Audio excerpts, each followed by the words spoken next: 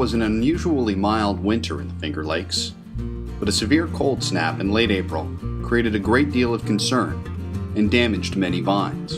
In early May, I drove a few miles down the road from the winery with Ian Barry, our winemaker at Villa Bellangelo, to visit Jeff Morris, owner of Glenora Farms. Jeff grows more than 128 acres of wine grapes and supplies Villa Bellangelo with several varietals, including Muscat and Guwertztraminer. Jeff drove us around his many vineyards as we examined how much damage the spring freeze caused and discussed what he focuses on in his vineyards this time of year. The first 13 rows is Chardonnay, and then the next, the rest of it that's out, you see that's Riesling.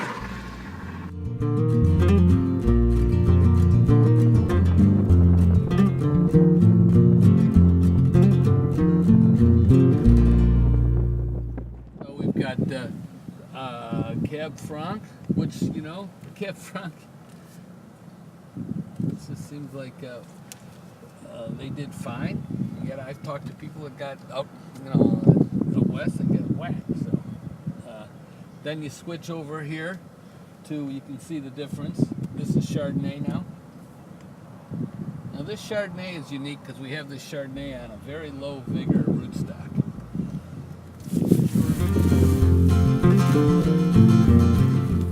But that one was killed. That one's dead. That one's dead. So there's 3, 4 out of that.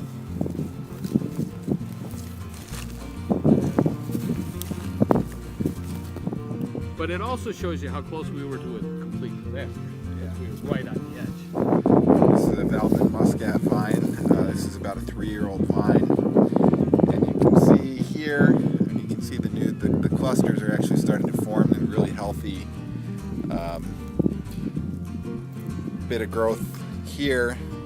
And then you look over here and you can actually see a dead bud where the frost hit it and just destroyed that bud, destroyed this bud, destroyed this bud. So, you know, when you count up the number of live buds and the number of dead buds, you can kind of get a rough idea of the percentage of kill from the frost, which Jeff figured in this vineyard was between 10 and 20%. Yeah, I don't see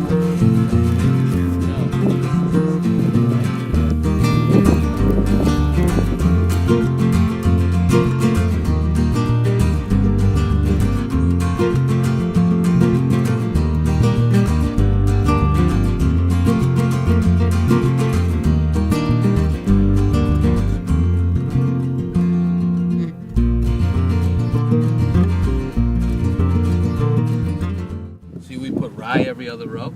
Okay. That's why you see the rye rows mowed. You see how the rye rows are mowed, and the other rows are the sod rows. They were rye the year before, so we alternate rye, sod. So, you know, every 2 years the rows are cultivated up and planted. So does the rye add nitrogen to the soil? Oh yeah, yeah, it does two great things. It's a nitrogen fixator. It fixates the soil. And the other thing it does is it makes it open up the soil and aerate, right? You know, oxygenate everything. And the rye does that. And the other thing it does is that then, you know, right, it drowns out the weeds. So, you know, for a while, but you know, it doesn't take long. It turns into, you know, sod rows basically are heavily dandelion dominated. You know, that was rye. That's how long it took to go get all those dandelions. Right. So you can see that we're only, and we'll see over here where they're mowing what the rye's up about, you know. And the other thing we're knocking the rye down now for is that it's starting to get up into the point where it'll interfere with drying of the canopy, and we're spraying, so we want to pass that through. So, right. Yeah.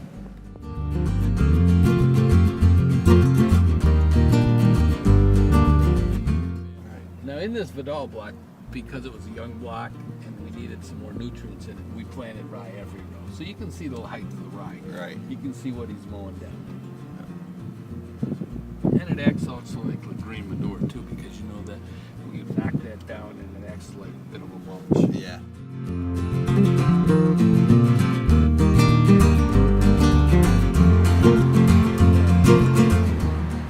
So, you know, I've made a lot of purchases to pull it all together, but unfortunately, they came available at a time when the market had gone crazy. You know, this is early '90s.